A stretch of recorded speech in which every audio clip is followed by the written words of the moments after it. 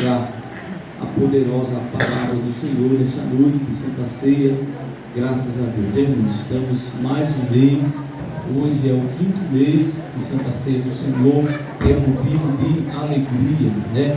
Estamos reunidos e unidos em um só pensamento para cearmos e secarmos a mesa do Senhor, para participarmos da Santa Ceia do Senhor. Amém? Glória a Deus. Quero convidar aqui o presbítero Fernando, ele vai estar orando pelo nosso pastor presidente, em nome de Jesus. Glória a Deus, salve a igreja com a paz de Senhor Jesus. Estou feliz mais uma noite na casa do Senhor, por tudo que tem feito nessa vida. Soberano Deus, Pai querido, Pai amado, nesta noite, Senhor, vem te pedir para o teu servo, Pai querido, que vai trazer tua palavra, Senhor. Usa ele, Senhor, para falar da tua igreja. Então, muitas vezes queremos ouvir, Senhor, mas é aquilo que o Senhor quer falar com a sua igreja. Abençoe ele, a família, vai dando força, Senhor Jesus, para continuar fazendo tua obra, Senhor. Assim nós te pedimos, te agradecendo em nome do Senhor Jesus. A igreja diz amém. Mais uma vez eu cumprimento a todos com a paz do Senhor. Podem sentar, né? Para quem chegou tarde hoje, a leitura que nós lemos foi no livro de Isaías 53. Amém? Então, para você que chegou atrasado hoje, abra lá no livro de Isaías 53. E aqueles que ficaram em casa, que não quiseram vir hoje, que Deus abençoe. Amém? Isaías 53. Glória a Deus.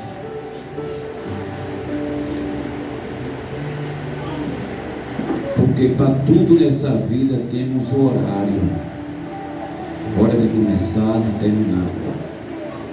Mas os crentes da atualidade, não sei por que chega atrasado, não sei, vira costume de chegar atrasado. Pastor, é culto de doutrina? Não é culto de doutrina. Mas o que eu quero dizer, que as coisas de Deus nós temos que levar cada vez mais com seriedade. E aqui em Isaías 53, versículo 1, diz assim: quem deu crédito à nossa pregação, e a quem se manifestou o braço do Senhor. O interessante nesta palavra, que Isaías, ele profetiza, quem deu crédito à nossa pregação. Nós sabemos que o capítulo 53, ele fala totalmente do Messias, aquele que sofreu na cruz, que derramou seu sangue, aquele que deu a vida por cada um de nós, aquele que pregou em Belém, Cafarnaum, os seus passos aqui nessa terra, aonde ele ressuscitou mortos, aonde ele fez tanta maravilha, pregou no Sermão do Monte.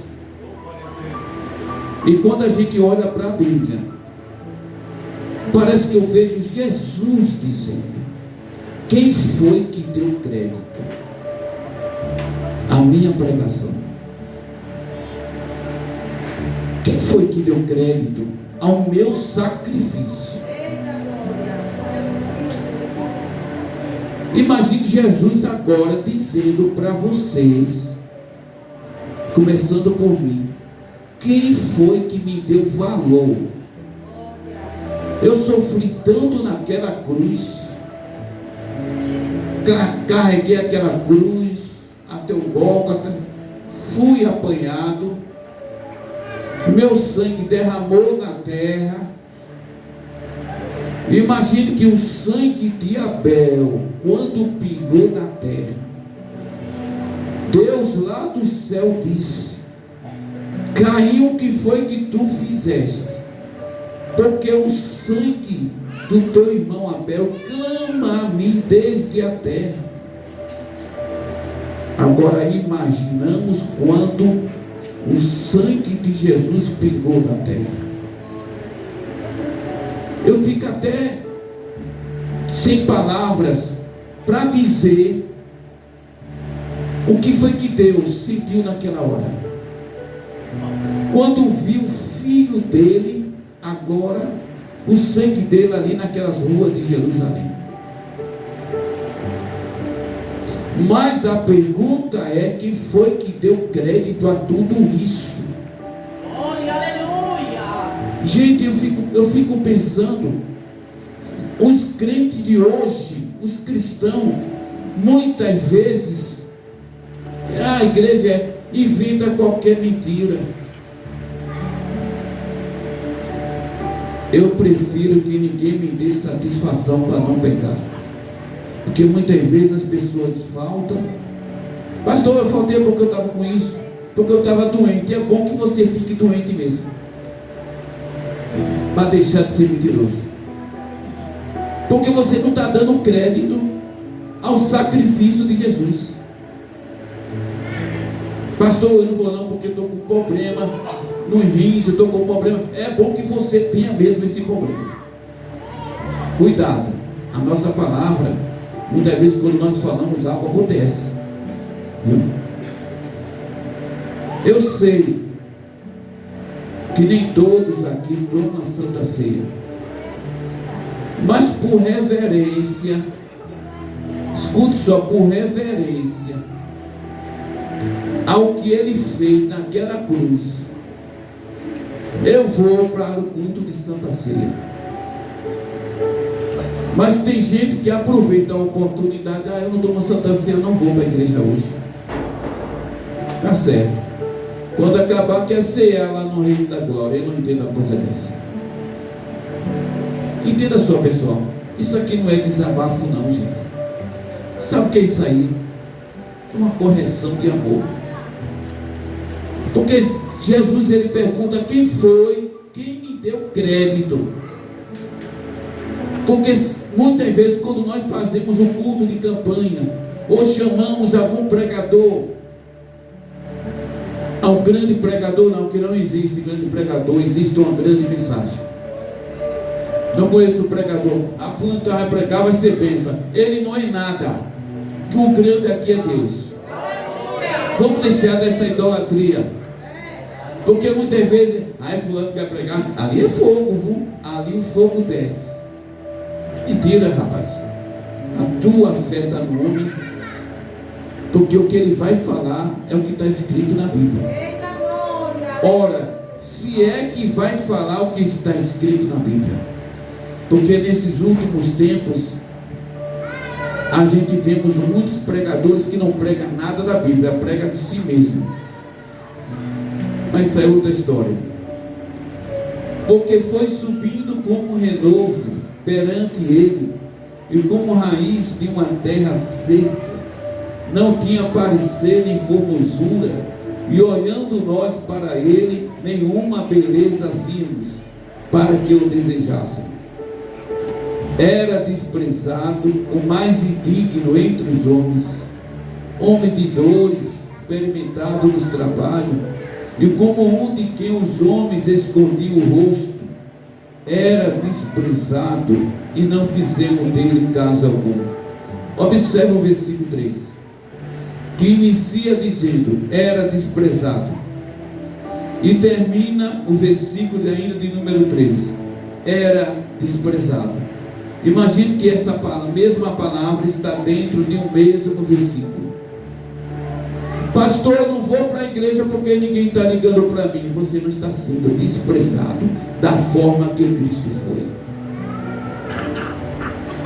A Bíblia diz que ele foi desprezado. Primeiro, ninguém deu crédito à pregação dele. Nós entendemos aqui, versículo 3, foi desprezado. Versículo 4, verdadeiramente tomou sobre si as nossas enfermidades e as nossas dores, levou sobre si, e nós o reputamos como aflito, ferido de Deus. Gente, ele não tinha pecado. Ele não tinha, mas ele carregou sobre si os nossos próprios pecados.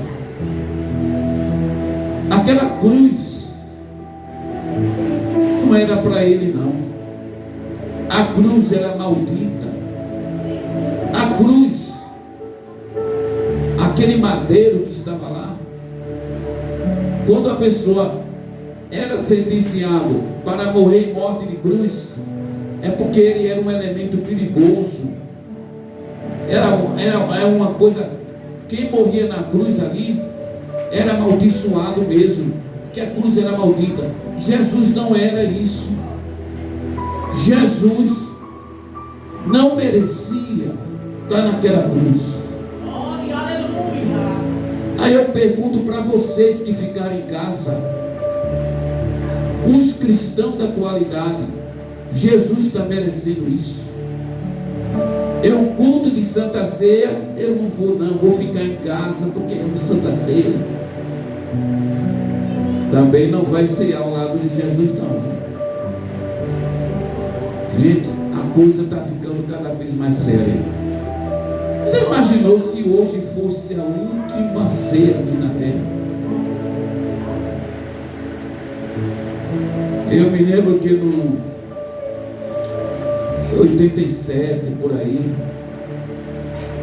eu ia para a igreja no culto de Santa Ceia.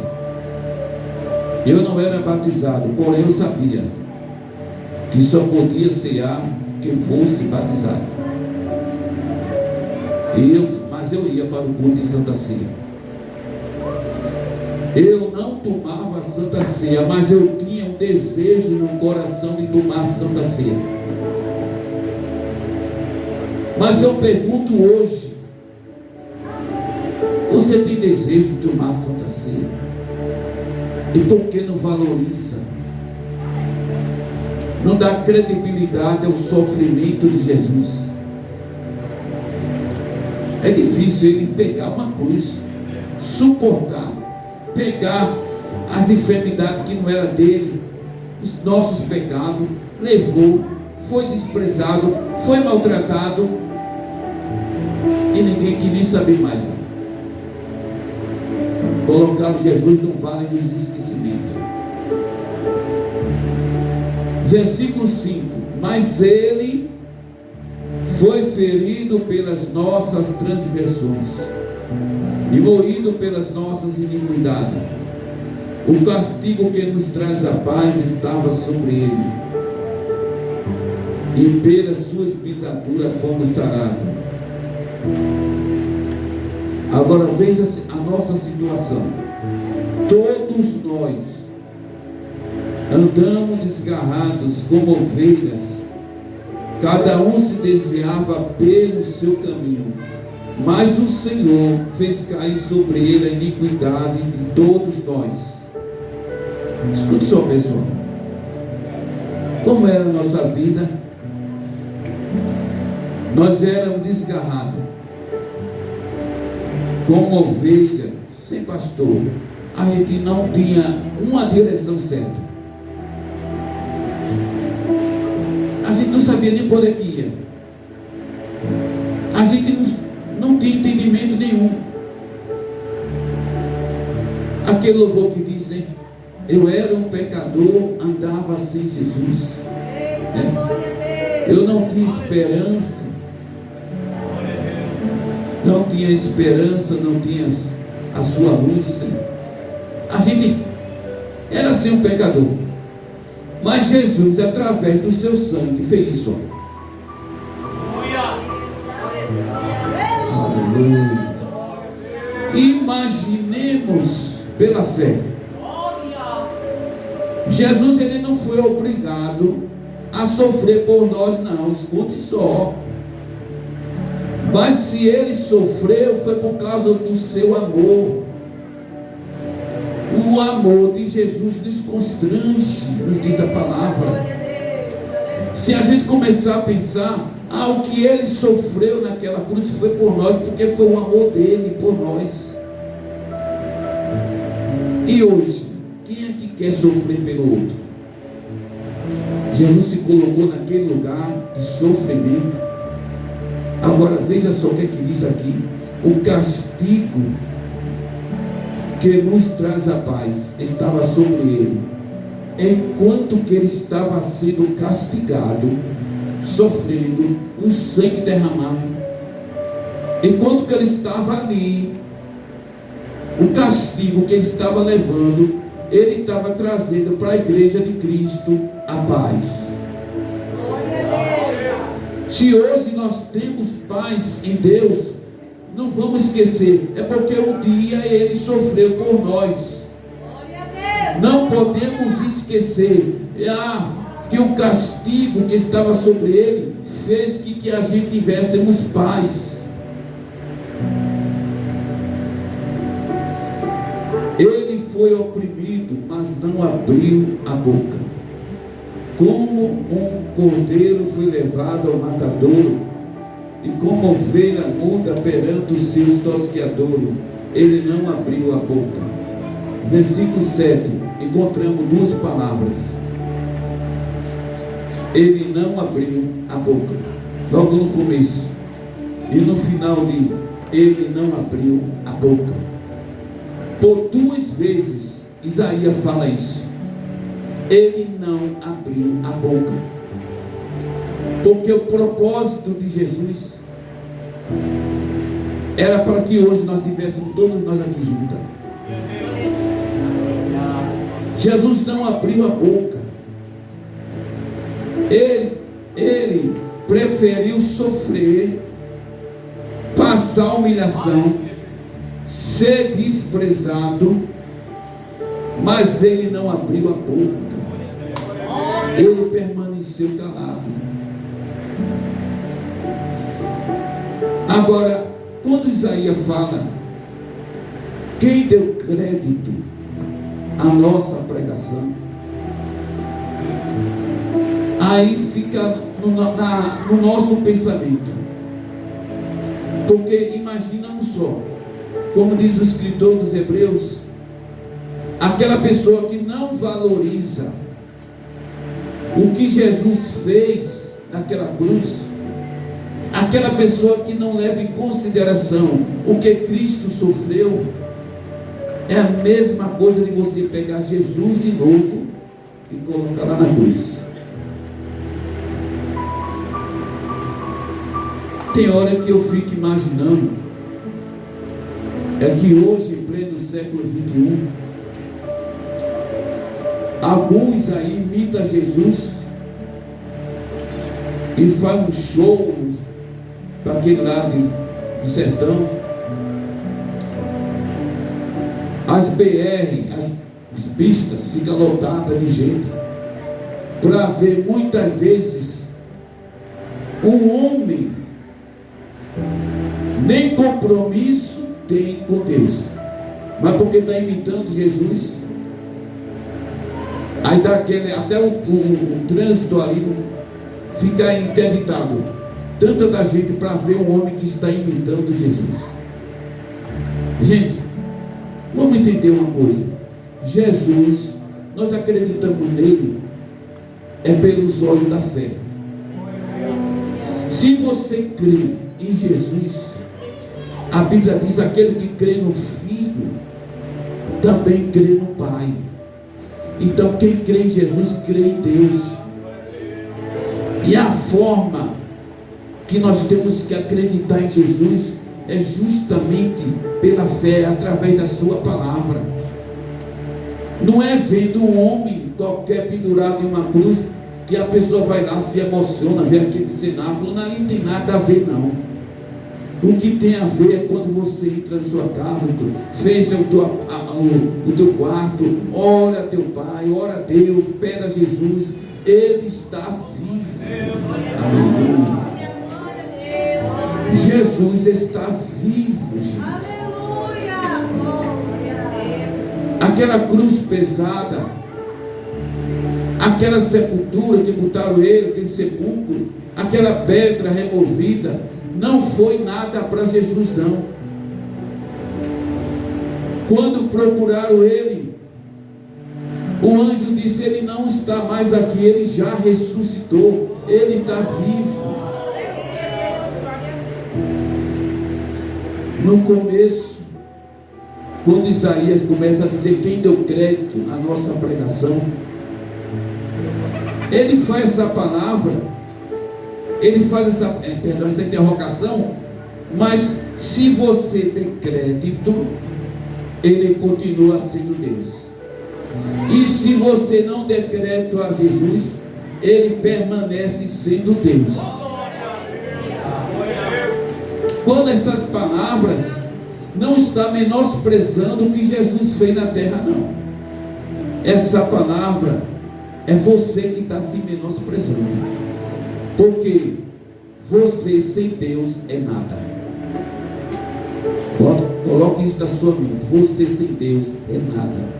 Nós somos dependentes, como os jovens cantou aqui, nós somos dependentes de Deus. Nós precisamos de Jesus para viver, nós precisamos dele. Então muitas vezes as pessoas dizem: mas se você não dá crédito, isso é problema seu. Nem isso não vai empatar que um dia nós vamos estar lá diante do tribunal de Cristo. Aquele grande dia vai estar lá, grandes e pequenos estarão perante o trono branco. Ele vai julgar quem deu crédito à pregação, quem deu crédito ao sofrimento dele, quem valorizou a obra, quem faz a obra com amor. Porque tem pessoas que vêm para a igreja por obrigação, não é dessa forma. Eu só estou na igreja por causa de posição. O que eu conheço de gente, se tirar, se a pessoa for uma dirigente da igreja, se for um diácono, um presbítero, se não dá cargo a ele, ele vai embora. Então não estava servindo a Jesus, estava querendo aparecer. Porque aqui, não é porque eu sou pastor que eu estou na igreja, eu podia ser um membro de banco. O importante, gente, não é a posição da igreja. Mas eu sou pastor, mas eu sou presbítero. Minha gente, o que é mais importante é ter a presença dele.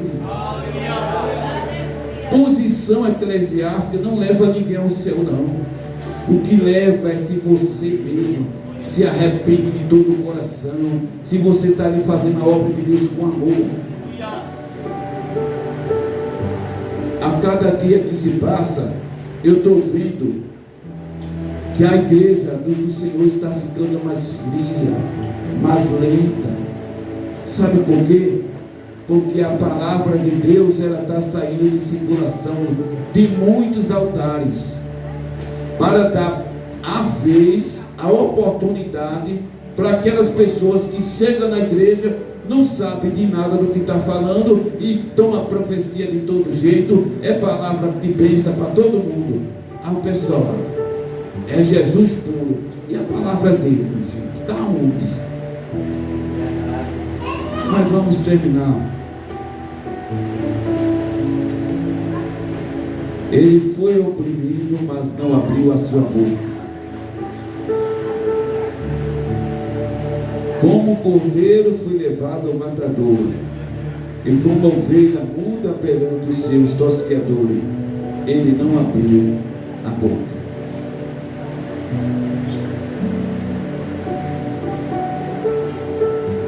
Não fale nada de ninguém. Fale pouco de você e fale muito sobre Deus. Amém?